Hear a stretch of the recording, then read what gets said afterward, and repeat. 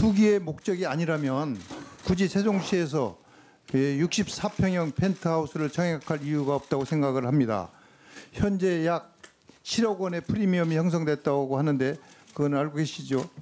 네, 프리미엄의 정확한 가격은 제가 정확히 알지 못합니다만은 세종에 거주할 목적으로 분양을 받았고 지금 공사 중에 있습니다. 그래서 금년 8월에 준공이 되면 바로 입주할 계획입니다.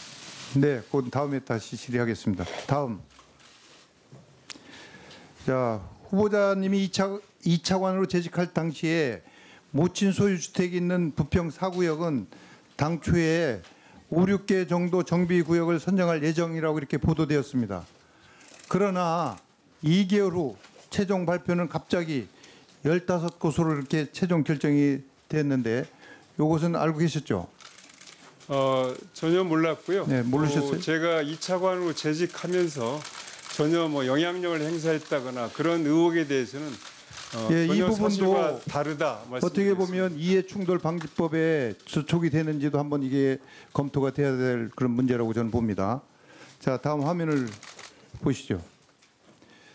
당시 12등으로 이렇게 평가받았습니다. 부평 4구역이 최종 발표에 포함되는 그런 행운을 안게 되는데 이때 세대수 증가 또 용적률 상승 등 그런 많은 혜택을 받게 됩니다.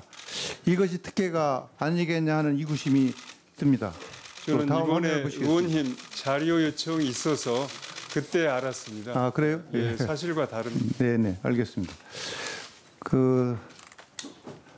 이제 어제 언론 자료를 보면은 지금 다주택자 상태에서 주택 정책을 담당하는 국토부 장관 후보자로 지명되는 것이 바람직하지 않다고 느껴서 분당 아파트를 증여했다고 이야기를 하셨죠. 네, 맞습니다. 이 문맥을 보면은 청와대 인사검증 서류 제출 전에 증여를 한 것으로 보이는데 맞습니까? 증여는 이제 2월에 이루어졌고요.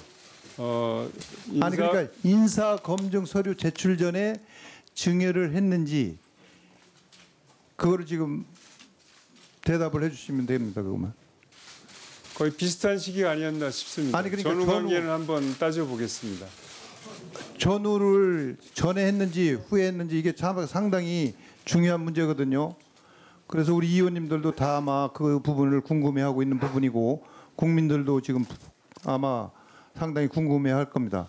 이게 지금 그거는 뭐 헷갈릴 정도가 아니고 지금 후보자 지명된 것이 얼마 전이거든요. 그래서 이 부분에 대해서 말씀을 해주셔야 됩니다. 네, 자료를 요구하셨기 때문에 그 자료 제출하고 또 필요하면 답변을 드리겠습니다.